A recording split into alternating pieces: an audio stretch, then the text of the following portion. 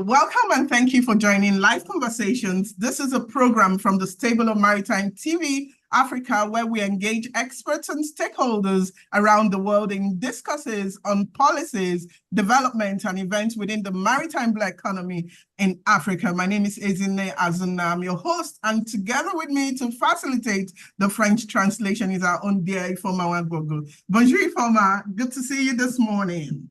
Bonjour Ezine, good to see you too. Bonjour chers téléspectateurs et soyez les bienvenus à Live Conversations, votre émission hebdomadaire de l'écurie de Maritime TV Africa, qui engage des experts et des parties prenantes à travers le monde dans les débats sur les politiques, les développements et les événements au sein de l'économie bleue en Afrique. Avec notre hôte Ezine Azuna, je m'appelle Ifoma Wagbogo. All right, so before we get into the discuss of the day, please be informed that we'll be glad to receive and broadcast your port's information on ships to berth every week at your port, wherever it's situated within Africa. Just send us an email with the information to maritimetvafrica@gmail.com. Alors, avant de plonger dans le sujet du jour, sachez que ça sera un plaisir pour nous de recevoir et de diffuser de vos ports les informations sur les navires à accoster chaque semaine, où qu'ils soient situés en Afrique. Envoyez simplement un email avec les informations à maritimetvafrica@gmail.com. Merci.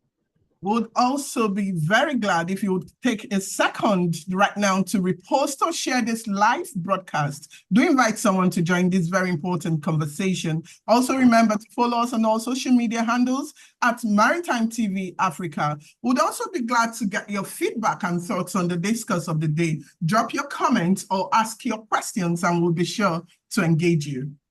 Nous serons également heureux si en ce moment vous rediffusez ou cliquez sur votre bouton de partage afin d'inviter quelqu'un à joindre cette conversation très importante. N'oubliez pas non plus de nous suivre sur tous les réseaux sociaux avec notre identifiant @Maritime TV Africa. Finalement, vos retours et questions seront les bienvenus, seront les signalés dans la section discussion. Merci.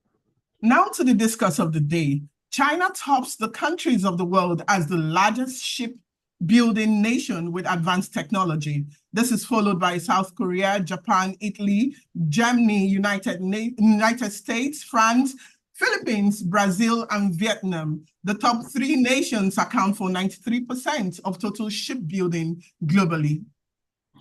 Maintenant, au sujet du jour, la Chine est le plus grand pays du monde en matière de construction navale avec une technologie avancée.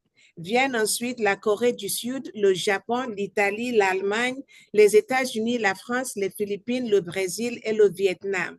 Les trois premiers pays représentent 93% de la construction navale totale. All right. According to the review of Maritime Transport 2023 by the United Nations Conference on Trade and Development, UNCTAD, Liberia surpassed Panama in 2022 as the world's largest flag state in terms of deadweight tonnage, with a 378.3 million deadweight tons in its fleet, while Nigeria is the largest ship-owning country in Africa. In terms of world fleet, Nigeria is at number 33 on the list with 291 vessels totaling 7.94 million deadweight tons.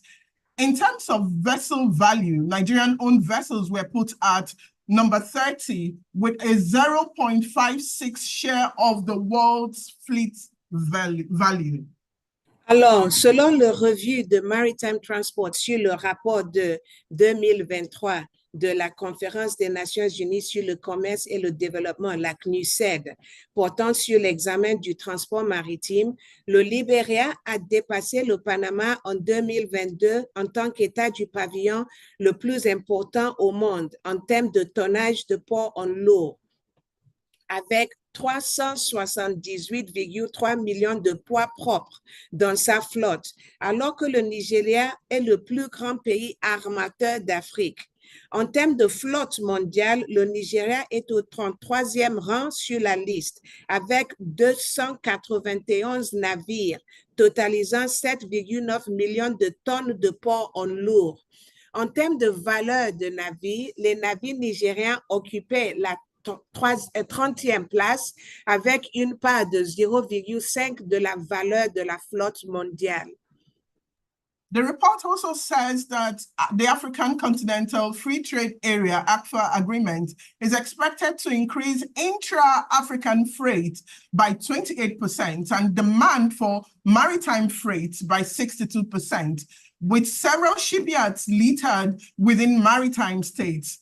Does Africa have skill, resources, and markets for ships? Today on Live Conversations, we'll be talking about how Africa can leverage shipbuilding. CAPT SULEIMAN BAIYEE is our guest. He is a shipbuilding expert and consultant who has built several ships within Africa. He consults for African banks and ship owners, ensuring that monies released for shipbuilding or vessel building are utilized for the same purpose, meeting international standards. He's worked over the years to ensure that vessels built within Africa have a zero or near zero downtime. Welcome to the show, Captain Baiyee. It's such a delight to have you here.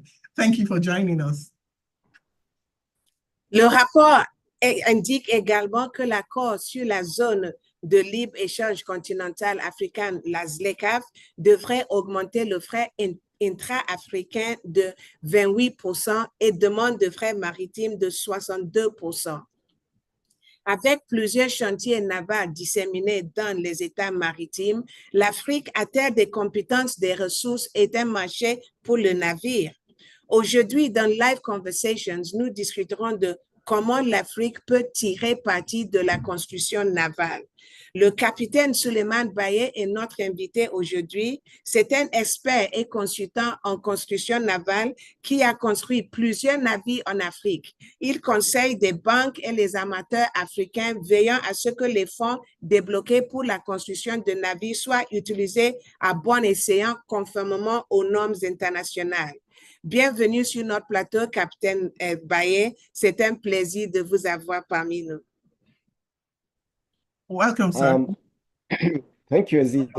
It's my pleasure to be here, and I'm honored to have been invited to one of your many distinguished guests. And I thank you, Maritime TV Africa, and your online audience too. I must take this opportunity to acknowledge this very innovative and important medium of enlightening stakeholders and other interested parties via this online live conversation by Maritime TV Africa. Thank you very much.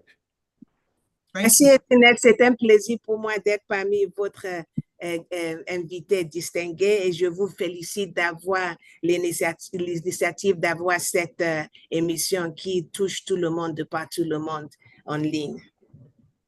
All right, Captain, let me just begin by asking you, we're talking about leveraging shipbuilding in Africa. So let me just start by asking if we could actually build ships in Africa. Do we have capacity, expertise, raw material, the market, or even the potential for building ships? Permettez-moi de commencer par vous demander si l'Afrique peut construire des navires. Avons-nous la capacité, l'expertise, les matières premières, le marché, même les potentiels pour en construire?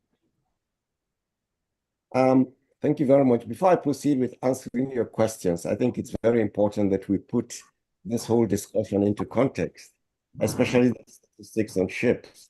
Ownership, shipbuilding, etc. are very complex things. I noticed that you said Liberia are actually, they have the biggest tonnage capacity, but to be honest with you, they're a flag of convenience. Most probably Liberia doesn't build any ships anyway in the first place. So we need to be very clear when we're talking about shipbuilding, ship ownership. Just because a country has a lot of registered vessels does not mean that it has any capacity or not, okay? 50 years ago, a lot of countries realized that shipbuilding was actually the main facilitator for national development, for those who have ports and the rest. So you find out that the China, Brazil, everybody, including Nigeria, South Africa, Ghana, we all set up shipyards. Nigeria had built the naval dockyard. They built Niger Dock. A lot of countries built it. Ghana built Tema. all of these was because they recognized the role of shipbuilding in national development, not only that, security as well, so that you could build your own naval fleet.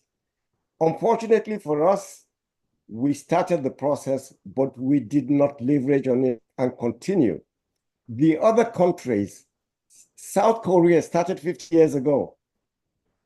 Turkey, which was never mentioned here, did the same thing. The government just built 42 shipyards at once and then leased it out to people to be able to move forward. So when we're looking at statistics, we need to be very careful. Nigeria has got, from what has been said, 291 vessels. To be honest with you, from my own point of view, though, out of the 291, most probably only 50% of them are functional. We do not take vessels off our books easily, but we put them on. So it continues swelling and it's not there. Okay, so do we have the capacity? Yes, we do have some capacity, though most of them are not functional. The North Dockyard, they've built over the past 4 years 2 vessels only, or 2 vessels over the past 5 years, I think. 20 years ago, West African Shipyards in Onne built quite a lot of small vessels, and then they stopped, even though they had the capacity to build up to maybe PSV level, which is about 70 or between 70 and 100 meters. Egypt, right now they build some vessels. South Africa leveraged on it, because I have built 10 over the past 4 years in South Africa. So it's important that when we look at these things, we put them into context. Do we have the expertise? There are different disciplines in shipbuilding. We have a limited number of experts in design. That is the top level, the technical part of it. And I'll tell you why. 50 years ago, the governments invested in training people like myself, but that did not continue. A lot of us are retiring. Fortunately for you, I haven't retired. I'm actually past my retirement age. So a lot of us have gone out of the human resource scope that you've got. Now, with respect to other things as well, you find out that because of the very nature of shipbuilding, 80% of the resources you require are artisans, but they have to have the relevant skills, and building vessels is very different from doing other things. So you need people to be able to do that and work with that. So we have the background, we have the base for that, but they need to be trained to be able to do that, right? Come and talk to me about raw materials. Most of the world's raw materials come from Africa. The problem is that we do not have the industry to process them to the products we need to build our vessels. So you use the word raw materials, and I'm working with it. We do not have that infrastructure to deal with it. Do we have markets? Come on, we're consumers. A lot of ships that are built in the world are built for us. So I don't have to say anything about the market. The market is there. It just needs to be tapped by us actually participating in it. Okay. Ok, Zine, avant de reprendre, je dois éclairer certaines choses. Vous avez parlé du Panama qui a la plus grande flotte au monde. Il faut que je signale que le Panama est un état de pavillon ouvert. C'est-à-dire, peut-être que le Panama ne construit même pas les navires, mais c'est un état de pavillon ouvert. Donc, il faut que nous soyons sûrs des chiffres et des statistiques que nous citons. Étant donné, il y a 50 années que les pays ont vu que le moyen le plus facile de faciliter le développement national, c'était de construire des navires. Donc, les chantiers navals ont été établis dans les pays, Corée du Sud, au Nigeria, nous avons fait ça, mais nous n'avons pas développé, nous n'avons pas pu tirer de cela pour aller plus loin dans la construction navale. En ce qui concerne l'expertise, si nous avons l'expertise, mais est-ce que nos experts ont l'expérience requise pour pouvoir construire les navires? Construire un navire, c'est quelque chose d'assez technique, c'est quelque chose qui évolue, c'est quelque chose qui est fait par 90% par des artisans, alors que nous détenons plus des écoles de métiers. Et vous avez parlé de la capacité. Notre capacité est limitée parce que nos experts ne sont pas expérimentés. Moi, j'ai bénéficié d'une formation, mais il y a de cela 50 années. Notre groupe sont en train de partir, prendre la retraite et ainsi de suite. En ce qui concerne les matières premières, si nous avons bien les matières premières, c'est en Afrique, la plupart des choses dont on a besoin pour faire les constructions navales se trouvent en Afrique. Mais la question se pose, est-ce que nous avons la capacité de transformer ces matériaux pour en faire des produits utiles pour la construction navale? Je pense que non, pour le moment. Et le marché y est. Tout ce 10 à 15% des navires qui sont construits reviennent en Afrique. Donc, le marché est là. Il revient à nous de savoir comment augmenter soit la formation, tout ce qu'il faut, excusez-moi, avant de pouvoir être des pays qui construisent les navires. Thank you very much, Ifoma. So, Captain, I'm tempted to ask because, yes, you don't totally agree with the ranking, of Nigeria, but don't you think that what we see in terms of the number of ships in Nigeria is as a result of the Cabotage Act, which was put in place, and then the Local Content Act? Captain, merci. Je dois demander, puisque vous n'êtes pas d'accord avec la façon de faire les catégorisations des pays et leur flotte, mais je vous demande, le Nigeria, le nombre de navires que nous avons, est-ce n'est pas réalisable? Est-ce que nous n'avons pas réalisé ça à cause des programmes de cabotage et du contenu local? Les lois du cabotage et contenu local qui a été mise en place. Zina, yes, I may disagree with some of these things, but I think I have enough to support that disagreement. Nigeria may be ranked 33 in the world. We should not be deceived by this position. Nigeria has many vessels. When you're talking about shipbuilding and shipping, we always talk about it in the international context. That's where you get the benefits. Now, especially for a country that exports a lot and imports a lot, many of the Nigerian vessels are actually used in the local oil and gas industry. That has been as a result of the cabotage bill and the local content laws as well. We acknowledge that and we should appreciate that. But the reality is that the benefits and the development is in international trade. At the moment, apart from LNG vessels that are registered in Nigeria, there's little or no vessels that do international trade from Nigeria. We do not benefit from UNCTAD 40-40-20 in any shape or form. Everything that is imported into Nigeria comes via foreign vessels. Everything we export, apart from LNG, actually goes out with foreign vessels. So we need to get to a situation where we actually look at things and we help ourselves. 50 years ago, Nigeria had more than 50 vessels that exported and imported things into Nigeria via the National Shipping Line, which had over 30 vessels. So somewhere along the line, those strategies I talked to you about 50 years ago were put in place. We never leveraged on them. We're beginning to now see the benefits, and maybe we would now invest in shipbuilding, which will actually accelerate that process. Si je ne suis pas d'accord, mais je pense que j'ai les preuves pour ma position. Le Nigeria est de 30e rang avec 281 navires. Mais combien d'entre eux sont réellement utilisables? Si vous voyez les chiffres sont trompeurs parce que nous sommes parmi les pays qui ne disposent d'aucune flotte. L'argent vient du commerce international et non du commerce local. Nous sommes un pays consommateur.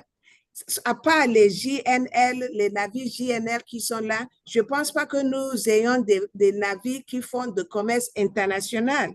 Il nous revient de faire en sorte que nous pouvons faire du commerce international. C'est là où se trouve l'argent. Nous ne bénéficions aucunement de la CNUSED 2024. Rien ne nous revient parce que c'est des commerces internationaux, ceux dont nous ne partisans pas. Il y a de cela 50 années, il y avait plus de navires ici au Nigeria, mais maintenant, nous n'avons plus ces navires-là. Thank you, Captain. Let's talk about the typical challenges of the shipbuilding industry. You know, you mentioned some before, but it's important that we talk about this in the light of the African Continental Free Trade Area, you know, and what we expect from it so that we can make the industry a buoyant one. So what are the typical challenges of the industry? And by your assessment, how much would the industry contribute to AfCFTA if gotten right? Parlons maintenant, capitaine, des défis que l'industrie de la construction voit, surtout en ce qui concerne la ZECLAF, c'est-à-dire la zone de libre-échange continentale. Comment une industrie de la construction dynamique pourrait être contribuée à la ZECLAF et quels sont les défis que vous voyez? I think it's important that when we're discussing about challenges, it's important for you to know that the shipping industry is one that depends very hugely on an effective supply chain in the country itself.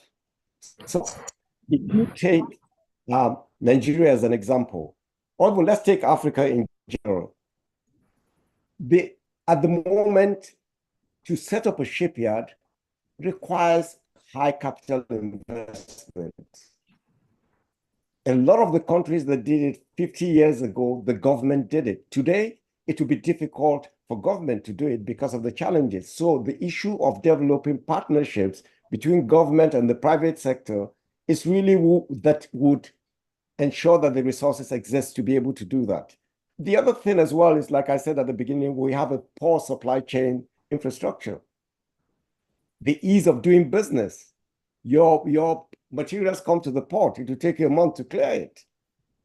There is very little support that exists at the moment. And the other thing as well is that, as you know, high interest rates.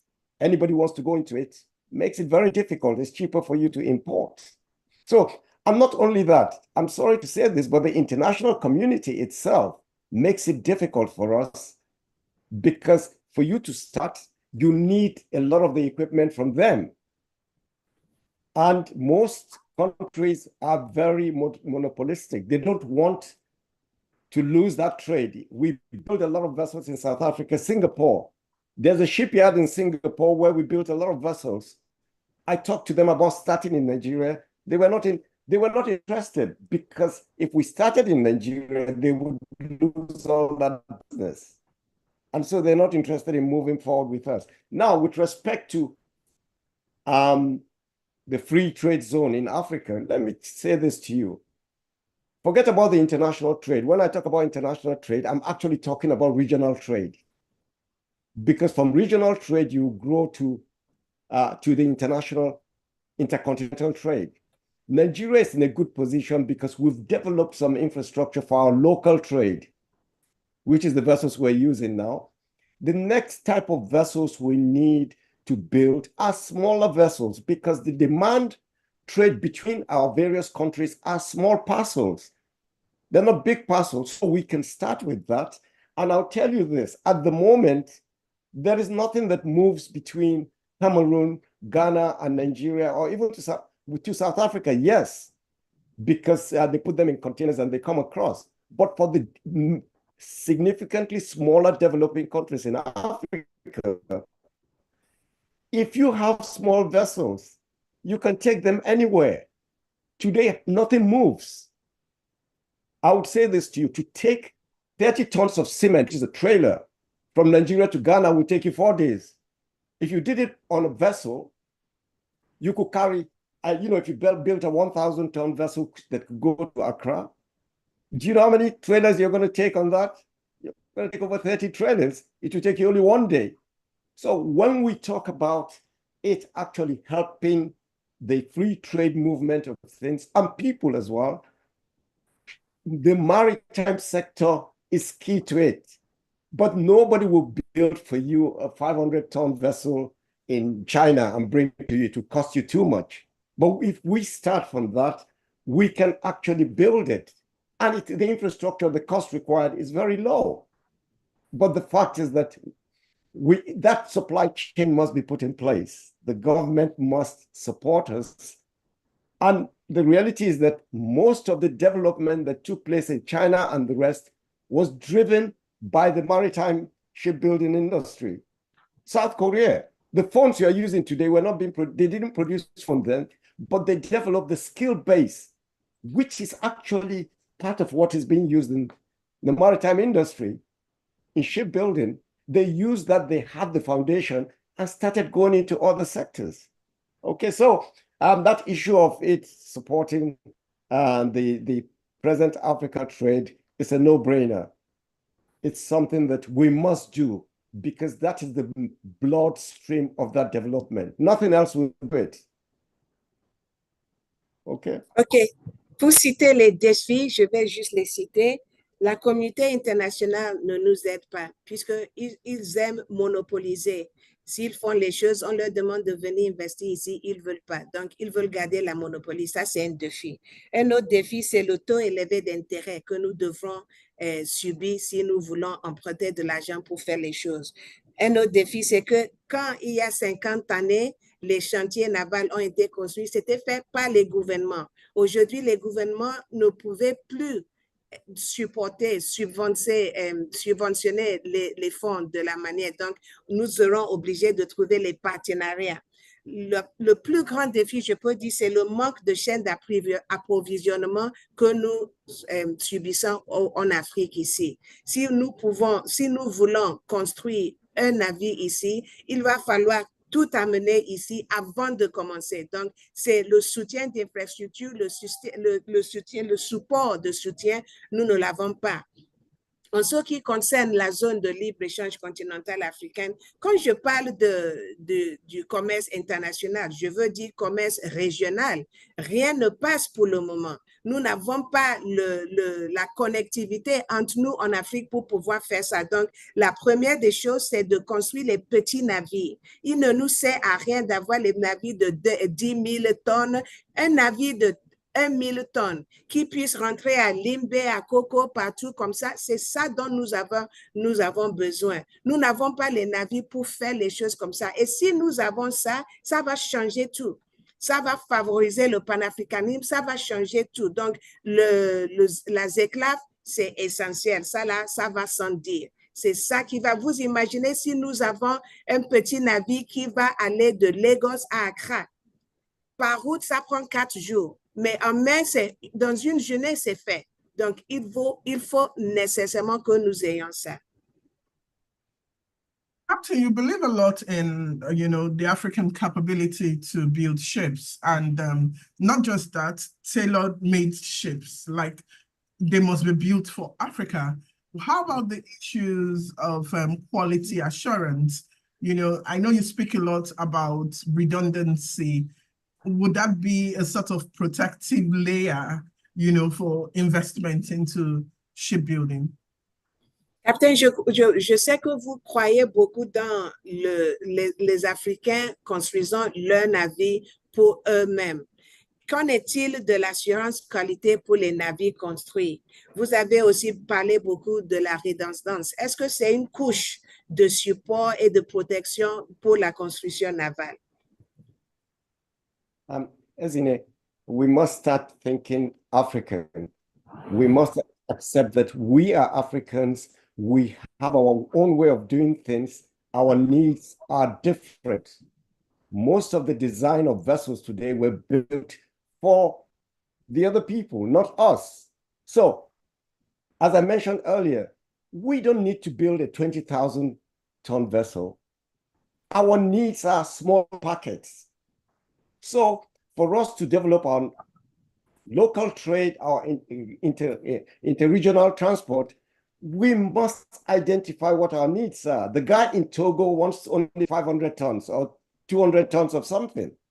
But Captain, how about quality assurance? Yes, it's okay to build. Look, quality assurance. Vessels are built to international standards, no matter where you build them. And how that is achieved is by using class rules to make sure that you build them safely. But at the end of the day, the systems on board require people like myself who understand our environment to build them so that they can actually work continuously. And the way you do that is by building redundancies. I know that you guys have a negative connotation of redundancy. It isn't. Redundancy is your plan B. So that if plan A fails, you continue earning, you continue until you fix plan B, because our supply chain is so poor that if you didn't have that, you would only have 50% utilization. But by building in redundancies, then you are able to move your utilization to 90 like anybody else. So you can be competitive in that sense. So from a quality point of view, listen, I've said this to you before. I build the ships now to the highest standard. I can go as far as to say, when I come to South Africa, I teach them how to build it better. So we have the people in Africa. We can do this, and we should be able to do it. The issue of class, I come back, class is there, but class deals with safety and integrity. But with respect to the efficiency of the vessel, that's where we come in, because we build it specifically, the systems, so that we can support them in Africa ourselves without depending on anybody else. Unfortunately, we've not started building the equipment and everything, but at least we're understanding it enough to run it properly. Mais il faut que nous réfléchissions en tant qu'Africains. Il faut que nous réfléchissions pour nous. Nos besoins sont différents. Nous n'avons pas besoin de gros navires. Ça, je l'ai déjà dit. Il suffit des petits navires puisque nos besoins sont des petits poches dans des petits poches dans des petits ports. Donc, si nous avons les navires qui puissent rentrer là, c'est déjà un début. Maintenant, il faut identifier nos besoins. En ce qui concerne l'assurance, les constructeurs navals sont des entreprises qui souhaitent réaliser leurs bénéfices. Donc, c'est dans notre intérêt d'avoir nos propres personnes qui sont là pour superviser ce que les gens font. Moi, je construis les navires. J'ose même dire que je les apprends comment construire les navires là où je vais. Donc, nous avons les compétences. Nous avons bien les compétences. Il suffit de nous faire confiance de le faire. Et finalement, la classe et les sociétés de classe sont très importantes. Mais je signale, les classes sont là pour la sécurité et l'intégrité du navire, pas le fonctionnement. Nous sommes là pour le fonctionnement et l'efficacité des navires. C'est pour cela que nous sommes là, pour assurer la qualité. All right, Captain, let's talk ship finance. Time is almost up, and in fact, it's up. We're living on borrowed time now. So let's talk ship finance, and that's an area where you have played. You know, you work with banks and to ensure their fingers are not burnt. Once upon a time, that was the story in Nigeria. Banks had bad experiences, bad debts, you know, from the industry. So, my question would be, people expect to get money for vessel building and acquisition. Amortization periods are still very short. Interest rates are still killing. And the market isn't too friendly. In fact, many people will say there are no cargoes for ships. How then can a ship owner access fund to grow his fleet? Parlons du financement des navires, capitaine. Les gens attendent toujours de l'argent des gouvernements pour la construction et l'acquisition des navires. Les durées d'amortissement des prêts sont plus courtes et les taux d'intérêt tuent les gens. Comment alors l'armateur peut-il avoir accès à des fonds pour développer sa flotte? I think it's important before we discuss this for you to understand the dynamics of this whole thing.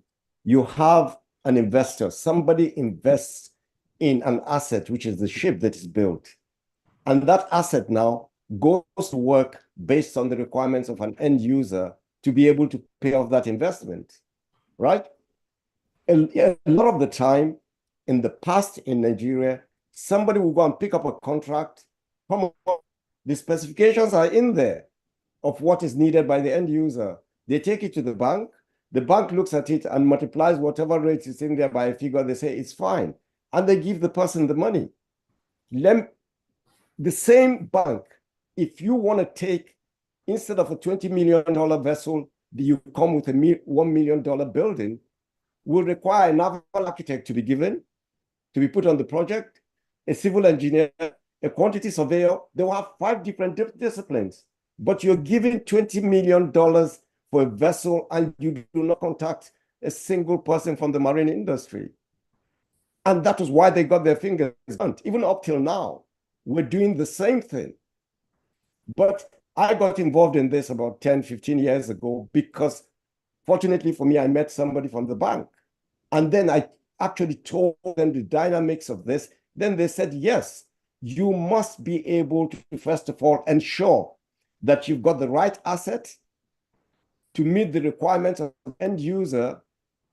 And then you tie that on to that's when you demonstrate that that asset can actually meet the requirements of the investment. And not only that, you are in a position that you need to be honest with you, at this particular stage, it's not that. The person who is buying the asset must have the capacity to run that asset to deliver it. That has been ignored for a long time. But now you find out that you've got the right investor, right asset, right contract, but it fails because the person who is executing it hasn't got the right structure to be able to do that. Now, with respect to financing, it is important that people recognize that you can go to China and say you want a vessel. You can pay the Chinese or anybody else. You must protect your interest. You must have one of your own to go out there and make sure that it is built to that standard. Because you are 10,000 miles from China. Warranties from foreign shipbuilders is really non-existent because it takes you too long to actually achieve it. Therefore, it's wasted. The reality is that we have to remember that even though they talk about high interest rates, yes, it's a problem, but I don't see it as a problem now because most financing takes place in dollars, and the interest rates for dollars still remains between that 10 to 14% because the banks are competing with foreign investors, so they cannot use the local interest rates that way, right? But not only that, if you talk about it, most banks in Nigeria will give you 4 years. Let me tell you this. There's no maritime investment that you need less than 5 years before you stabilize. Therefore, we're already planning to fail by the time we're taking a loan for 4 years anyway. So these are things that government have to come in. And finally, I'm going to say this to you. When you consider the size of the maritime industry, I'm surprised that we can set up an agric bank. We can set up all banks for other things, but we have no maritime bank. In very few maritime banks in Nigeria who understand the business and can fund it properly. That's my own view with respect to these things. We can only help to ensure that the asset is the correct asset and it's fit for purpose. But the other things I advise on finance only because I ensure that the organizations that own the asset have the competence to run it effectively. That way you guarantee the returns if it goes on contract. So if you look at it, the asset itself, getting the asset right and the people running the asset right guarantees success. If you fail there, no matter how much money or how good the contract is, you fail. Shipbuilding is key to Africa's development. Whether we like it or not, we'll still remain where we are if we do not take that bold step and start building and developing ourselves. On that note, I'll hand over to you. La constitution navale, je résume, la constitution navale est clé au développement du continent africain. Nous ne pouvons pas s'en passer. Il faut que nous fassions tout ce que nous pouvons afin de pouvoir construire en Afrique. Les gens, il y a de cela 10 à 15 ans que moi, j'ai commencé par consulter pour les banques parce que les banques ont vu que les gens sont venus, ils ont un contrat, ils se disent, on va me payer $10,000 par jour. Ils ne comptabilisent pas par le nombre de jours pour l'année et ils se croient qu'ils ont un contrat fiable. Non, ce n'est pas cela. Ça m'étonne qu'en consultant, en analysant les demandes de prêt, les banques peuvent avoir des architectes, des ci, et ça, mais aucun expert maritime. Donc, c'est ça que nous sommes en train de changer maintenant. Et je dois dire aussi que ça m'étonne que nous avons une banque agricole, une banque de ci, une banque de ça, mais nous n'avons pas banque de maritime. Il nous faut ça absolument. En somme, je peux dire que c'est ça. Obviously, Africa has much work to do to leverage shipbuilding, and shipbuilding is key to Africa's development. Thank you, Captain Baiyee. It's been an interesting and eye-opening discussion with you as always. We hope to see you more on the show this year. We hope that Africa can leverage on your thoughts, on your experience, and on your knowledge. Thank you for finding time to be with us on the show today. Thank you, sir. Certainement que l'Afrique a beaucoup de choses à faire afin de pouvoir tirer des fruits de la construction navale. Captain Baiyee, ce fut un programme très intéressant et révélateur, tout comme chaque discussion avec vous. Merci d'avoir donné le temps et passé. J'espère que nous allons vous voir assez bientôt. Merci, monsieur. All right, while we'll be thanking our dear viewers for joining this episode, we must also apologize for eating up on your time. I'm sure you agree that this is a very important conversation. Thank you for joining us on this episode. We also appreciate Stack Marine Offshore for their continuous support. Until next Monday at 9 a.m. GMT+1, when live conversations comes your way. Again, it's bye from all of us at Maritime TV Africa. I'm Ezina Azuna, and Ifoma Wangogo facilitated the French translation. Nous vous remercions, chers téléspectateurs, mais nous aussi, nous demandons excuse d'avoir pris aussi de votre temps. Nous remercions aussi Stack Marine Offshore pour leur soutien habituel et nous disons à lundi prochain à 9h GMT pour un nouvel épisode. C'était Ezine Azuna avec toute l'équipe de Live Conversations. Nous vous disons au revoir. Au revoir. Au revoir. Merci, capitaine.